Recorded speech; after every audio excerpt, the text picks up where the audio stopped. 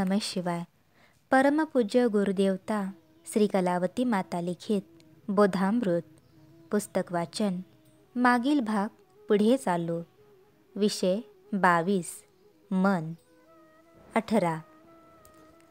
मनुष्याच्या अंगी अखंड उत्साह असणे हेच खरे जीवन जगणे होय. तो उत्साह अंगी येण्याकरिता अखंड उत्साही जो परमेश्वर त्याची दृढतर उपासना करावी.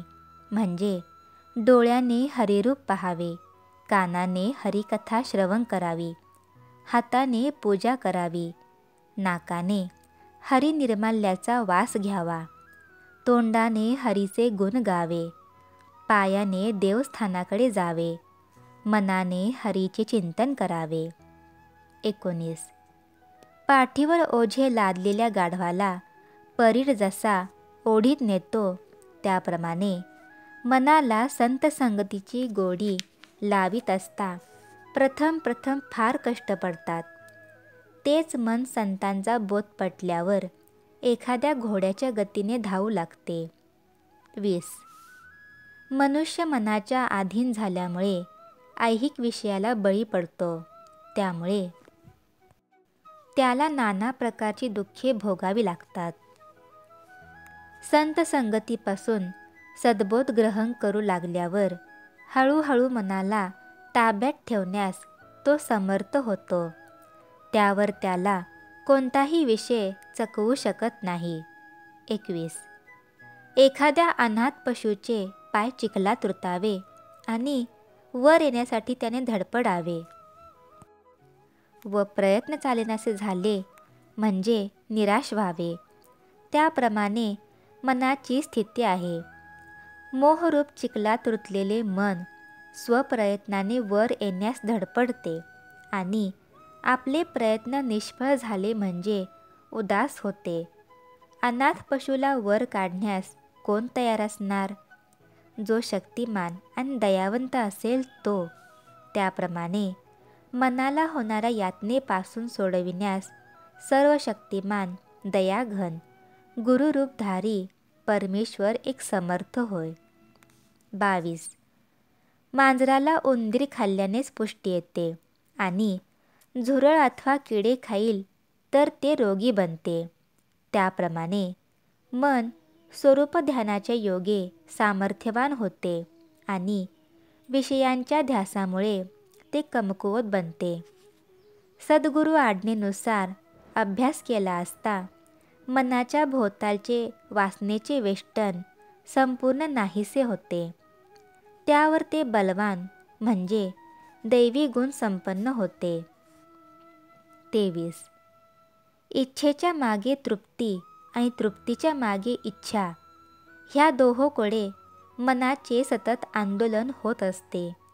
मन सद्गुरु बोधाकडे जसजसे रमू लागते तसतसे मनाचे आंदोलन कमी कमी होत जाते. एकदा ते स्थिर झाले की मनुष्याला जीवनमुक्ती लाभते. 24.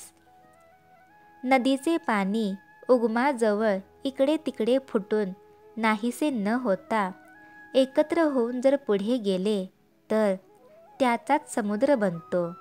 त्याप्रमाणे गुरूंच्या सूचनेनुसार मनाची धाव जर परमेश्वराच्या ठिकाणी केंद्रित केली तर मनुष्य परमेश्वर रूप होतो. 25.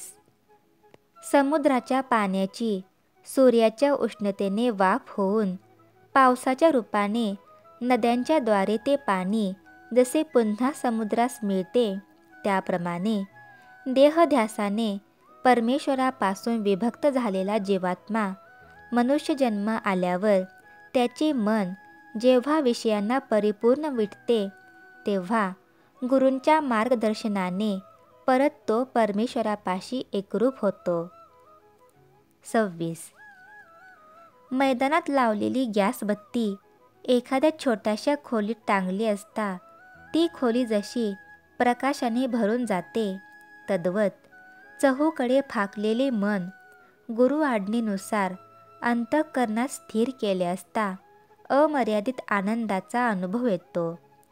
आनंदरूपी सूर्याचा एकदा हृदयात उदय झाला की वैर, तिरस्कार, दुःखादी अंधकार आपसुकच पळ काढतो. 27. भ्रमर जसा कमळिनीच्या ध्यासाने सर्वस्व विसरून जातो, तद्वत परमेश्वराच्या ध्यासाने मन जेव्हा विषयासक्तीतून सुटते, तेव्हा कुंभारणीच्या ध्यासाने अळीला कुंभारणीचे रूप प्राप्त झाल्याप्रमाणे परमेश्वराच्या ध्यासाने मन परमेश्वर रूप होते. 28. शेतामध्ये नांगरून धान्य पेरले तर ते जसे उगवते, त्याप्रमाणे प्रतिकूल परिस्थितीमुळे मन जर चांगले कसले गेले तरच ते गुरुबोध ग्रहण करू शकते. 29. जसे एखादा मनुष्य तंबाखूची सवय मोडण्याकरिता पान खाण्यास सुरुवात करतो, त्याप्रमाणे मनाला विषयांची सवय मोडण्याकरिता हरिभजनाची सवय लावली पाहिजे. मनुष्याने दुसऱ्या व्यसनाला सुरुवात करीत असता पहिले व्यसन सोडण्याचा जर प्रयत्न केला नाही तर दुहेरी व्यसनामुळे मन गोंधळून जाते आणि खर्च पण वाढतो. तसेच हरिभजनाची सवय करीत असता विषयांची सवय जर कमी करीत गेला नाही तर मनाची स्थिती द्विधा होऊन अधिक असमाधानाला कारण होते आणि आयुष्य पण फुकट जाते. 30. मनुष्याने मनाच्या तंत्रात वागणे म्हणजे मुद्दाम दुःखाला आमंत्रण दिल्याप्रमाणे होय. ज्याला सुखी जीवन जगायचे आहे त्याने सिद्ध पुरुषांच्या आज्ञेनुसार वरचे वर मनास बोध करीत जावे. एकदा त्यास गुरुबोध पटला की ते आपोआप नम्र होऊन आपले आज्ञाधारक बनते. मात्र ते साध्य होण्यास साधकाजवळ दृढ वैराग्य, खरी जिज्ञासा आणि बलवत्तर चिकाटी असावी लागते. श्री सद्गुरुनाथ महाराज की जय.